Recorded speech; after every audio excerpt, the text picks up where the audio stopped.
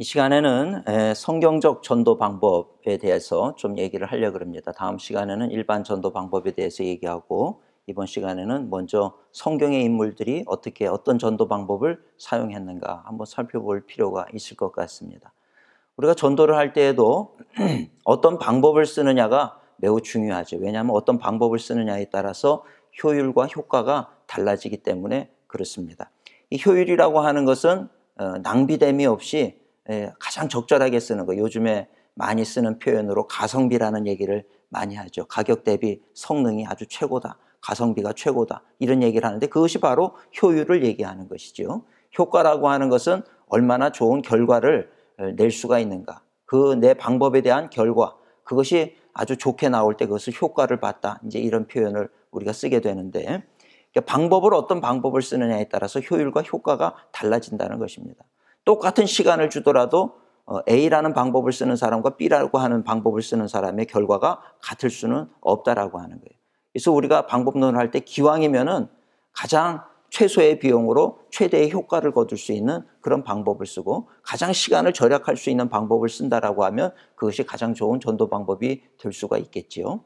그래서 오늘 우리가 이 방법론에 대해서 우리가 좀 알 필요가 있습니다. 낚시를 할 때에도, 제가 낚시 얘기도 했지만 낚시를 할 때에도 이 낚시를 줄 하나에 바늘 하나를 거느냐 아니면 두 개, 세 개를 거느냐에 따라서 이 수확량이 달라질 수가 있는 거죠. 또 어떤 경우는 낚시를 하는 것보다 나는 그물을 던지겠습니다. 그물로 잡는 사람은 더 많은 것을 잡을 수도 있겠죠. 그렇다고 해서 그물이 꼭 훨씬 더 좋은 거냐? 그렇게만은 볼 수가 없다는 거예요. 내가 그물을 던지는 그 장소에 돌이 많이 있거나 거기에 뭐 바닥에 안 좋은 것들이 많이 있으면 그물을 던지는 것이 오히려 더 손해를 볼 수가 있다라고 하는 것입니다. 그래서 가장 상황에, 내 상황에 적합한 방법을 쓰는 그것이 가장 필요하겠다, 이렇게 볼 수가 있습니다. 성경의 인물들도 보면 각자 전도하는 방법들이 다 달랐던 것을 우리가 볼 수가 있습니다. 성경의 인물들은 어떻게, 초대교회는 어떻게 전도했는가, 사람들마다 우리가 한번 좀 이 시간에는 살펴보면서 가장 또 우리에게 적합한 방법을 찾아볼 필요가 있다고 생각이 됩니다. 가장 먼저 살펴볼 분은 우리 예수님이십니다. 예수님은 어떤 전도 방법을 썼는가? 여러분, 예수님의 전도 방법은 참 특이한 전도 방법이셨어요. 예수님은 뭐 하나님의 아들이기 때문에 기적을 행하시기도 하시고 그랬지만, 예수님의 성육신부터 우리가 생각을 해볼 필요가 있는데, 성육신이라고 하는 것은 하늘에서 땅으로 육신을 입고 내려오신 거예요. 보이지 않는 분이 육신을 입고 이 땅에 와서 보이시는 분이 됐다는 거예요. 우리가 죄인 되었을 때 그분이 오셔서 죄인 된 우리를 위해서 죽으셨다는 거죠. 거룩하신 분이 이 죄인들 틈바구니 속에 오신 것이 바로 성육신의 사건입니다. 근데 그렇게 오셔서 예수님은 우리를 바라보면서 이 죄인들아 그러시지 않았다는 거예요. 먼저 우리 한 사람 한 사람을 바라보면서 긍휼의 마음, 사랑의 마음을 가지고 우리에게 다가오신 예수님의 모습을 볼 수가 있습니다. 대표적인 것이 요한복음 4장에 보면 수가성 우물가에 이 우물을 길러온 그 여인이 있었죠. 이 여인에게 가서 다짜고짜 내가 메시아인데 너 회개하고 복음을 받아들여라, 그러지 않으셨다는 거예요. 물을 좀 줄 수 있겠느냐. 그러니까 이 사마리아 여인이 당신은 유대인인데 왜 나에게, 사마리아인에게 말을 섞지 않는 우리는 정말 이 원수 같은 관계인데 나한테 물을 달라고 합니까? 그러니까 예수님이 내가 너에게 물을 달라 하는 이가 누군지 네가 알았다라면, 그러면서 이제 대화를 시작을 하게 되는 거죠. 그리고 그에게 남편의 문제며 그가 살아온 이야기를 쭉 하시게 될 때 이 여인이 감동을 받게 되는 거예요. 그리고 이분이 그리스도시로구나, 그거를 깨닫게 돼서 이 물동이를 다 버려두고 마을로 뛰쳐가가지고 내가 그리스도를 만났다, 와서 봐라, 그러면서 또 바로 복음을 전하는 수가성 우물가의 여인의 이야기를 우리는 성경을 통해서 보게 됩니다. 삭개오도 마찬가지예요. 예수님께서는 돌 무화과 나무 위에 올라가서 예수님을 바라보려고 하는 예수님의 얼굴이라도 한번 봐야 되겠다, 이 생각을 가지고 있는 이 삭개오에게 예수님께서 그 삭개오를 보면서 내려와라, 내가 오늘 너희 집에 유해야 되겠다, 그랬단 말이에요. 그 당시 사람들은 이 삭개오는 세리장이었기 때문에 로마를 대신해서 그 유대인 민족들에게 세금을 걷어다가 로마에게 이로운 일을 행하는 사람이니까 얼마나 동네에서 왕따였겠습니까? 사람들이 싫어하고 죄인 취급을 하고 그랬지만, 예수님은 너 그렇게 살지 마라, 그런 것이 아니라 삭개오야 내려와라, 내가 오늘 너희 집에 유해야 되겠다. 그리고 같이 가서 그와 더불어 대화를 하고 음식을 먹고 그를 사랑으로 이렇게 대하게 될 때 삭개오에게 심경의 변화가 일어나게 되는 거죠. 그래서 내가 누구에게 토색한 것이 있으면 4배나 다시 갚겠습니다. 그래서 변화가 되고 하나님의 자녀가 되는 그런 모습을 볼 수가 있습니다. 그러니까 예수님은 이 전도 방법이 이 일상적인 대화를 통해서 친구가 되어주는 방법으로 늘 다가가셔서 그들에게 사랑을 베푸시는 것으로 전도하셨던 것을 볼 수가 있습니다. 또 하나의 방법은 예수님께서는 그 사람들의 필요를 채워주셨다는 거예요. 필요 충족. 우리가 전도하는 데 있어서 이 필요 충족이라고 하는 것은 굉장히 중요합니다. 배가 고픈 사람에게는 빵을 줘야 되는 거죠. 마음에 상처를 받은 사람에게는 위로를 해줘야 되는 거예요. 예수님께서 이 땅에 오셨을 때 우리는 예수님의 사역, 그러면 신학적으로 3가지를 얘기를 해요. 티칭, 프리칭, 힐링, 미니스트리를 하셨다. 예수님은 하늘에서부터 이 땅에 오실 때 티칭을 하시고 프리칭을 하시고 힐링을 하시려고 오신 것이 아니고요. 와 보니까 병들어서 고생하는 사람들이 너무 많은 거예요. 그러니까 그들에게 치료를 베풀어 주신 거죠. 또 갈 길을 몰라서 방황하고 있는 이들에게 천국 복음을 전하신 거예요. 하늘의 복음이 이런 것이다. 천국 복음을 전하시고, 그 다음에 또 배움이 필요한 제자들에게는 티칭을 하신 거죠. 티칭을 통해 가지고 제자 양육을 하셨던 거죠. 그러니까 그것을 거꾸로 봐야 된다는 거예요. 그걸 하기 위해서 내려오신 것이 아니고 내려와서 보니까 이런 것들이 필요하니 예수님께서 그들에게 필요를 채워주셨던 그 모습을 우리가 볼 수가 있다는 것입니다. 필요 충족의 사역을 통해서 그들로 하여금 예수님을 따르는 무리가 되도록 그렇게 만드셨던 것을 볼 수가 있습니다. 또 하나가 바로 이제 능력 전도죠. 능력. 기적을 행하는 거예요. 오병이어의 기적을 행하기도 하고 풍랑을 잠잠케 하기도 하고 이런 능력을 행하는 것. 일상생활에서 볼 수 없는, 우리가 평소에는 경험할 수 없는 그런 놀라운 기적들을 경험하게 되니까 이분은 뭔가 특별한 것이 있나 보다. 정말 이분의 이야기는 뭔가 신뢰할 수 있는 말씀인가 보다. 우리가 신뢰를 하게 되는 거죠. 그분의 어떤 능력에 대해서 우리가 마음을 열게 되어 있다라고 하는 것입니다. 예수님은 이런 3가지 방법을 통해서 전도하셨던 것을 볼 수가 있습니다. 제자들은 어떻게 전도했는가? 제자들도 비슷한 방법이었어요. 제자들은 예수님을 전해야 되는 사명이 있기 때문에 첫 번째로는 간증을 했어요. 내가 예수님을 소개를 할 때 예수님과 우리가 함께 살면서 예수님이 어떻게 하셨다라고 하는 것을 간증을 하게 되는 거죠. 너희들이 십자가에 죽인 바로 그 예수가 바로 메시아였다. 간증을 하면서 그 예수님과 함께 했던 일들, 그런 것들을 간증을 하는 거예요. 간증을 통해서 전도했던 예수님을 소개를 하는 제자들의 모습을 볼 수가 있습니다.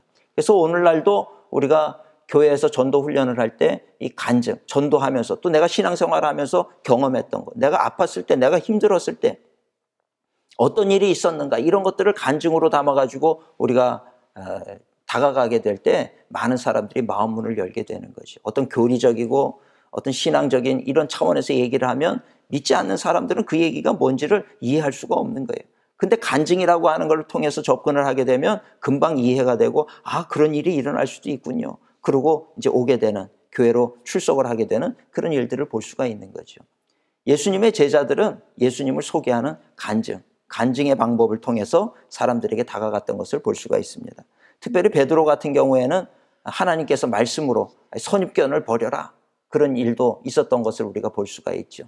사도행전에 보면은 고넬료의 가정에 복음을 전해야 되는데 가야 되나 말아야 되나, 이방인에게 복음을 전해야 되나 말아야 되나 고민을 하고 있을 때 하나님께서 환상 가운데 보여주시는 것이 무엇입니까? 하늘에서 이 보자기가 내려오는데 그 안에 보니까 성경에 구약의 부정한 짐승이라고 얘기했던 것들, 피해야 된다라고 하는 것이 바글바글한 거예요. 근데 거기 말씀이 나오길 이걸 먹어라. 그러니까 베드로가 이 부정한 건데 내가 어떻게 먹습니까? 근데 하나님께서 말씀을 하시죠. 하나님이 정하다 한 것을 네가 부정하다고 얘기하지 말아라. 그 깨닫는 거예요. 이방인이 부정한 존재들이 아니구나. 그들에게도 복음을 전해야 되는구나. 그러고 가서 고넬료의 가정에 복음을 전했던 것을 볼 수가 있습니다.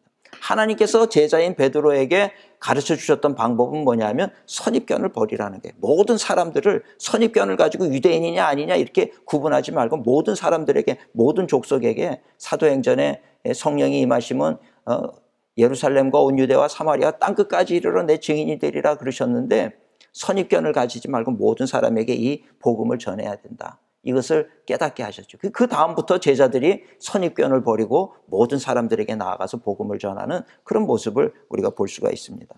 그리고 또 하나가 제자들도 성령의 능력을 받아서 능력 전도를 하게 되는 거예요. 예수님처럼 병든 자를 고치고 성전 미문 앞에 앉은 뱅이를 잡아 일으키는 거죠. 내게 은이나 좀 돈을 구하고 있는 사람에게 내게 금과 은은 나에게 없지만 나에게 있는 것을 너에게 주노니, 그러면서 하는 얘기가 무엇입니까? 나사렛 예수 이름으로 일어나 걸어라. 잡아당기니까 성전 미문 앞에 있던 그 앉은 뱅이가 일어나서 걷고 뛰면서 하나님을 찬양하게 되는 거죠. 또 그 모습을 바라보는 수많은 사람들이 예수님을 구주로 영접하고 고백하는 그런 모습을 우리가 볼 수가 있습니다. 세례 요한, 예수님의 길을 예비했던 세례 요한. 세례 요한은 전도 방법이 어떠했는가? 세상 흐름에 대해서 매우 정통했어요. 하나님의 눈을 가지고 봤죠. 보니까 너무나도 형편없이 하나님 없이 살아가는 그런 사람들을 보면서 세례 요한의 전도 방법은 예언적인 메시지를 전하면서 전도를 합니다. 천국이 가까웠다. 회개해라. 회개해라. 천국이 가까이 왔다. 예언적인 그런 전도를 하는 거예요. 그 얘기를 들을 때 수많은 사람들이 찔림이 있는 거죠. 내가 하나님의 말씀대로 살지도 못하고 그러는데, 정말 이제 마지막 때가 다가오는데, 정말 이 하나님의 나라가 임할 때가 왔는데 내가 이렇게 살아서는 안 되겠다. 양심이 깨어있는 사람은 그런 예언적인 전도에 대해서 귀가 열리게 되어 있다는 것입니다. 너희들이 이렇게 살면 안 된다. 한 성령으로 충만해서 이런 말씀을 전하게 될 때 사람들이 듣게 되는 거죠. 그러면서 무엇보다도 중요한 것은 세례 요한은 자기의 삶이 먼저 사람들 보기에 존경받을 만한 그런 삶을 살았다는 거예요. 메뚜기와 석청을 먹으면서 겸손하게, 또 겸허하게, 그렇게 청빈하게 그렇게 살아가고 있는 사도 바울의 그 세례 요한의 그 모습을 사람들은 좋게 봤다는 것이죠. 빛과 소금의 그 사명을 감당하는 본이 되는 그런 삶. 오늘날 교회도 이런 모습이 참 필요하죠. 세상을 향해서 본이 되어야 된다는 거예요. 이런 모습이 참 많은 사람들의 마음에 공감을 얻게 되고, 사도행전 2장에도 보면 물건을 통용하고 나눠 쓰고 그러다 보니까 세상 사람들이 참 특이하게 기독교인들은 산다. 근데 그 모습이 너무나도 아름답고 자기 욕심 따라 사는 게 아니라 서로 나눠주면서 공유하면서 사는 그 모습을 바라보면서 사람들이 박수갈채를 치고 칭찬을 하게 되면서 교회가 성장했던 모습을 우리가 볼 수가 있습니다. 그러니까 우리가 세상에서 교회를 바라보게 될 때 존경받을 만 해야 된다는 거예요. 칭찬받을 만 해야 된다는 거죠. 세례 요한은 그런 모습으로 사람들에게 다가갔고, 또 그런 모습으로 다가온 세례 요한에 대해서 수많은 사람들은 박수갈채와 더불어서 세례 요한을 따르는 그런 무리에 합류하게 됐던 것을 성경을 통해서 우리는 볼 수가 있습니다. 또 예수님의 제자 가운데 빌립이라고 하는 제자가 있죠. 이 빌립이라는 제자가 있습니다. 빌립은 예수님을 만나고 난 다음에 바로 친구인 나다나엘을 이제 전도를 하게 되는 거예요. 나다나엘에게 가서 와봐라. 그러니까 나다나엘이 뭐라 그래요? 나사렛에서 무슨 선한 것이 날 수가 있겠느냐. 그런데 거기에 논쟁을 피하면서 이 빌립은 나다나엘에게 하는 얘기가 와서 봐라. 그저 뭐 나는 너랑 논쟁하고 싶지 않아. 그저 와서 네가 보고 네가 판단을 해. 그러면서 예수님 앞으로 친구인 나다나엘을 데리고 오는 빌립의 모습을 볼 수가 있습니다. 이런 걸 통해서 우리가 전도할 때 굳이 논쟁을 하려고 그럴 필요는 없다는 거예요. 예수님의 제자였던 이제 처음 그 예수님을 만났던 빌립은 예수님을 만나자마자 저분이 메시아라는 확신을 얻었고, 그러니 전도를 하는데 난 잘 몰라. 교회에서도 보면은 초신자들이 전도를 잘해. 나 잘 모르지만 와서 봐. 와서 내가 예배를 드려보니까 정말 좋더라. 예배를 드려보니까 마음에 평안이 오더라. 뭔지는 모르겠어. 너도 와서 직접 경험을 해봐. 이것이 빌립의 전도 방법이었다는 것이죠. 그래서 와서 봐라. 논쟁을 피했다는 거예요. 그리고 직접, 나는 말씀의 지혜가 부족하지만 직접 예수님께로 인도해오는, 직접 교회로 인도해오는 그런 모습들. 이것도 초대교회에 있었던 전도 방식이라고 하는 것을 오늘 우리가 알 수가 있다는 것입니다. 그 다음에 이제 집사 가운데도 빌립이 있어요. 초대교회에 7집사를 세우는데 그 중에 하나가 스데반이죠. 그리고 또 하나 유명한 사람이 바로 이 빌립 집사입니다. 빌립 집사도 성령이 충만했던 사람이고 성령에 민감했던 사람이에요. 근데 참 신기한 것은 우리가 사도행전을 통해서도 알 수가 있는 것이, 사도행전 2장에 보면은 성령이 임하면서 나가서 복음을 전하니까 막 3,000명이 회개하고 돌아오는 그런 역사가 있었단 말이죠. 그리고 또 나가서 전도를 하니까 막 4천 명, 5천 명이 또 몰려오게 되고. 그 예루살렘 교회는 순식간에 얼마 되지 않아서 대형 교회가 됐어요. 엄청나게 많은 무리가 모여와가지고 대형 교회가 됐는데, 나가서 복음을 전하기만 하면 예수를 믿겠다고 모여오는 사람들이 많이 있었던 거죠. 그런데 이 나중에 많이 몰려오니까 그 다음에 교회가 뭘 했냐 하면 전도를 안 하고 그 다음에 뭐 했냐 하면 과부들, 어려운 사람을 돕겠다. 그래서 선행을 베풀기를 시작을 합니다. 이것이 뭐 물론 중요한 일이기는 하지요. 근데 그거보다 중요한 것은 복음을 전하는 일이었는데 그걸 안 하고 헬라파 과부들 또 히브리파 과부들에게 필요한 것들을 나눠주기를 시작을 하는 거예요. 근데 이걸 하다 보니까 사도들이 기도하고 말씀을 읽을 시간이 없는 거예요. 그러니까 이것을 전담할 수 있는 7 집사를 선택을 하자. 그래서 7명의 집사를 선택을 하게 됩니다. 그리고 히브리파 과부들과 헬라파 과부들에게 공평하게 그 먹을 것을 나눠주기도 하고 물건을 통용하기도 하고 이제 그렇게 되는 거죠. 근데 그러다 보니까 이것이 하나님의 뜻은 아닌 거예요. 하나님은 그런 예루살렘 교회에 무슨 일을 행하시냐면 핍박이 임하게 하는 거예요.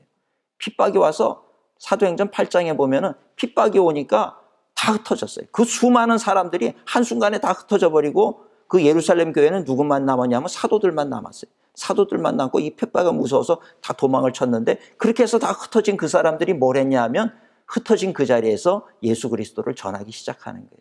이 사도행전의 이 이야기를 보면 전도하지 않으면 하나님께서는 핍박을 통해서라도 전도하도록 만드시는 것을 우리가 볼 수가 있다는 것입니다. 오늘날 교회도 마찬가지라는 거죠. 우리가 정말 전도하지 아니하면 하나님은 핍박을 통해서라도 우리를 흩어버리시고 전도하게 하시는 그런 하나님이시라고 하는 것을 우리가 알아야 된다는 거예요. 우리의 사명은 하나님께서 우리를 바로 데려가지 않고 이 땅에 남겨두신 이유는 전도하라고 남겨두셨다는 것을 우리가 잊어서는 안 된다는 것입니다. 그래서 그 흩어졌을 때 이 빌립 집사도 흩어진 거예요. 제일 처음에 어디로 갔냐면 그 유대인들과 원수라고 생각하는 그 사마리아인들에게 간 최초의 사람이 바로 이 빌립 집사라는 거죠. 성령이 너에게 임하시면 예루살렘과 온 유대와 사마리아와 땅끝까지. 근데 그 사마리아로 첫 번째로 갔던 사람이 바로 이 빌립 집사란 말이죠. 그래서 이 빌립 집사는 어떻게 이 전도를 했나? 사도행전 8장에 보게 되면 이 빌립 집사는 성령에 민감했던 사람이에요. 우리가 신앙생활하면서 성령에 민감하다라고 하는 것이 굉장히 중요합니다. 성령의 인도하심을 따라서 사는 사람은 실수하지 않게 되어 있는 거죠. 이 빌립 집사는 성령에 민감했던 사람이에요. 성령에 민감하다 보니까 복음을 전하고 그러는데 귀신 들린 자가 치유가 되고 병든 자가 낫게 되고 이런 일들이 일어나는 거예요. 그래서 이 사마리아에서 빌립 집사는 능력 전도를 행했던 사람입니다. 성령이 임해서 능력 전도. 오늘날도 능력 전도를 행하는 사람들이 있어요. 병고침의 은사라든지 이런 걸 통해서 놀라운 그런 기적적인 일들이 일어나면 많은 사람들이 치유를 위해서 주로 오래전에는 그 순복음교회에서 그런 일들이 많았죠. 병고침의 역사가 나타나니까 그냥 그 수많은 문제 있는 사람들이 다 몰려와가지고 예수를 믿는 그래서 금방 부흥하고 성장하는 그런 일들이 있었던 것을 우리가 잘 알고 있죠. 빌립도 마찬가지로 이렇게 능력 전도를 행했다는 것입니다. 그 성령의 인도에 민감했어요. 그러다 보니까 성령님이 어느 날은 그 사마리아 북쪽에 있는 빌립에게 저 남쪽 예루살렘에서 가사로 내려가는 그 남쪽에까지 내려가라. 무슨 영문인지 모르지만 그 인도하심을 따라서 내려갔더니 거기 에디오피아 여왕 간다게의 그 재무를 담당하는 관리, 그 재무장관쯤 되죠. 에디오피아라는 나라의 재무장관쯤 되는 사람이 예루살렘에 왔다가 돌아가는 길에 이사야서를 읽고 있는 거예요. 그거를 만났는데 이사야 선지자의 글을 읽는데 뭐 도통 무슨 소리인지 알 수가 없는 거죠. 이사야서 53장에 보면 메시아에 대한 예언의 말씀이 있는데 또 가까이 가라고 성령이 인도하시니까 이 빌립 집사가 그 에디오피아 내시 옆으로 가는 거예요. 그 관리 옆으로 가가지고 보니까 이사야서를 읽고 있는데 무슨 내용인지 알겠습니까? 말을 걸었더니 내가 이게 무슨 내용인지 모르겠다. 그러니까 예수 그리스도에 대한 복음을 전하고 그 자리에서 물이 있는 곳으로 가서 세례를 줘가지고 기독교인이 되게 하는 거죠. 이 빌립 집사의 이 에디오피아 재정장관 이 세례 주는 이 일을 통해서 그 초대교회 역사를 보면 이 이디오피아라고 하는 나라가 대단한 기독교 국가가 되는 것을 우리가 알 수가 있습니다. 이 복음이 그렇게 전해지는 거죠. 한 사람의 복음 전함을 인해서 성령의 인도하심을 따라서 중요한 한 사람에게 복음 전하는 걸 통해서 그 나라가 한 나라가 변화되어지는 역사가 나타나게 되는 것도 성령의 인도하심입니다. 그래서 이 빌립 집사도 능력 전도와 성령의 인도에 민감한 전도를 했던 사람이 바로 이 빌립 집사인 것을 볼 수가 있습니다. 이제 여섯 번째로 안드레도 있습니다. 우리가 보면은 성경에 예수님께서 중요한 자리에 이렇게 가실 때마다 이 베드로와 안드레, 야고보, 요한이 네 사람, 네 제자는 늘 이렇게 대동해서 이렇게 다니셨던 것을 볼 수가 있는데, 이 안드레는 참 그 예수님의 마음에 평안을 줬던 사람이 바로 이 안드레입니다. 그래서 오병이어 기적이 일어날 때도 빌립 같은 경우는 이 많은 사람을 우리가 어떻게 먹일 수가 있습니까? 그럴 때 안드레는 그저 꼬맹이가 가져온 이 물고기 2마리, 보리떡 5개를 이렇게 그저 가져다 드리면서 이것밖에 없지만 그 예수님을 믿고 신뢰하는 마음으로 그걸 드릴 때 예수님께서 그걸 통해서 기적을 일으키고 5,000명을 먹이고 12광주리가 남는 기적을 행하게 되는 거죠. 그러니까 안드레는 말없이 늘 옆에 있으면서 예수님을 잘 보필했던 제자가 바로 이 안드레입니다.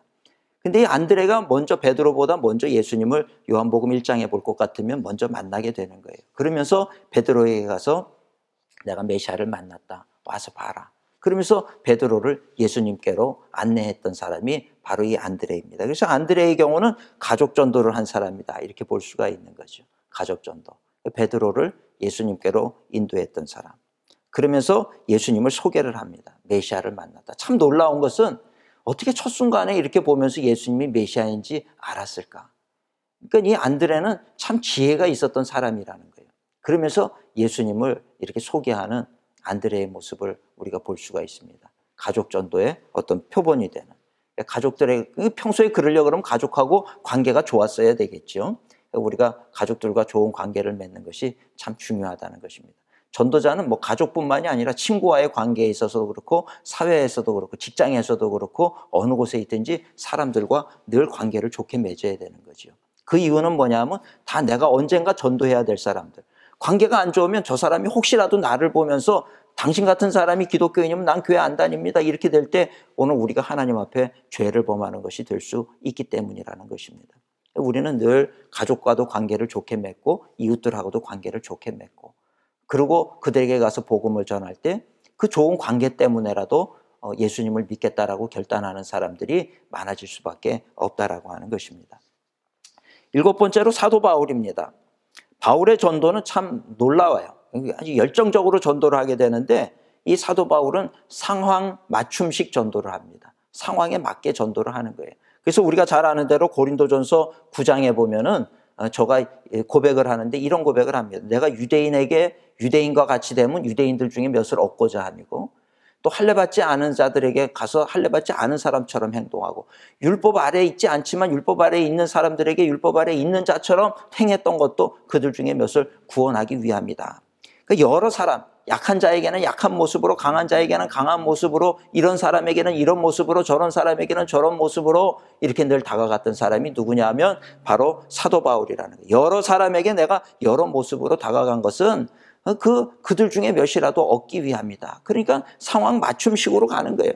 이것이 답이다. 너희들은 이 규격에 맞지 않으니까 실격자들이다. 그런 거 없었다는 거예요. 모든 사람들이 다 하나님의 그 구원의 은혜를 받아야 될 그런 권리가 있는 사람들이라는 거죠. 하나님께서 다 택한 사람들이니까 너희들이 다 이 복음 듣고 와야 된다. 그래서 자기를 내려놓고 상황 맞춤식으로 그들에게 다가갔던 이 사도 바울의 모습을 우리가 볼 수가 있다라고 하는 것입니다. 그러면서 논리적으로 또 전도를 했어요. 참 이 논리적인 이 사도 바울은 능력도 놀라웠죠. 그게 그저 바울이 쓰던 손수건만 갖다 줘도 거기에 병자가 나을 만큼 능력 전도를 했던 사람이고 성령의 인도하심에 민감했던 사람이죠. 빌립보다도 더 성령의 인도하심에 민감했던 사람이 이 사도 바울인데 그러면서도 동시에 사도 바울은 굉장히 논리적인 사람이었다는 거예요.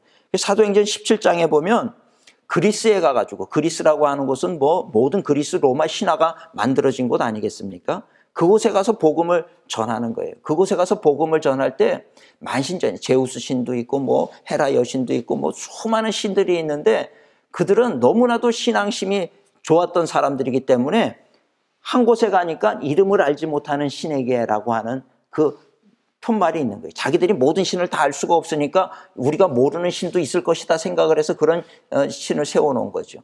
그러니까 아레오바고에서 이 사도 바울은 그들하고 논쟁을 하면서 자 봐라, 너희들 여기 알지 못하는 신에게라고 하는 이 이름이 있는데 바로 이 너희들이 알지 못하는 이 신이 누구냐? 하나님이시고 예수 그리스도시다. 그러면서 복음을 전하는 거예요.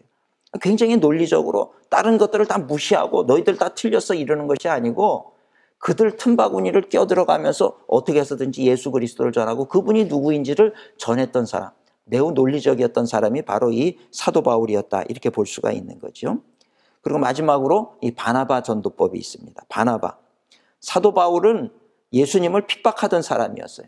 예수 믿는 사람들을 핍박하다 보니까 예수 믿는 제자들이 그 누구도 이 사도 바울하고, 옛날 사도 바울 이전의 이름은 사울이었죠. 청년 사울하고 마주치려고 안 한 거예요. 근데 그가 다메섹으로 가는 도상에서 예수님을 만나고 변화가 됐다는 것을 이 바나바가 듣게 되는 거죠. 그래서 이 다소에, 자기 고향인 다소에 가 있는 이 사울을 만나러 찾아간 사람이 바로 이 바나바예요. 그래서 다소에 가가지고 이 사울을 데려다가 안디옥으로 와서 그와 함께 안디옥에 있으면서 훈련을 시키기도 하고 교육을 하기도 하고 그러면서 이제 거기서부터 비로소 전도 여행을 떠날 때 바나바가 1차 전도 여행 때 이 사울을 데려가는 거죠. 이제 그 사울의 이름이 바뀌어서 사도 바울이 되는 거죠. 이 바울을 데리고 이제 전도를 가게 되는 거예요. 그래서 이 바나바의 전도법은 주로 이제 교회들마다 새신자실의 이름이 바로 바나바 그 사역위원회다, 이런 얘기하는 게 새신자들에게 이렇게 사랑과 돌봄으로 찾아가고 그들을 위로하고 권면하고 이런 것들이 바나바가 너무나도 잘했다는 거예요. 열린 마음을 가지고 다가가고 또 다가가서는 그들에게 사랑으로 그들을 돌봐주고, 바나바의 전도 방식은 그런 방식이었다는 것입니다. 오늘 제가 8가지 모델을 이렇게 말씀을 드렸는데 결론은 효과적인 전도가 되기 위해서는 내가 잘할 수 있는, 하나님은 각자에게 주신 그 달란트를 잘 활용합니다. 내가 잘할 수 있는 방식으로 전도를 하는 거죠. 또 성령의 인도하심을 따라서 능력 전도를 하면 훨씬 더 전도가 효과적으로 될 수가 있는 거죠. 그리고 또 사람들의 필요를 보면서 필요를 충족시키는 그런 전도, 또 성령의 인도하심을 따르는 전도, 또 세상의 빛이 되는 전도, 뭐 이런 여러 가지가 있을 수가 있다는 것입니다. 우리 교회가 잘할 수 있는 방법이 무엇일까? 내가 잘할 수 있는 전도 방법이 무엇일까? 이것을 우리가 한번 생각해 보면서 우리 교회에 적합한 이 성경적인 이 전도의 모델을 활용하면 좋을 것 같습니다. 오늘 강의는 여기까지 하도록 그렇게 하겠습니다. 수고하셨습니다.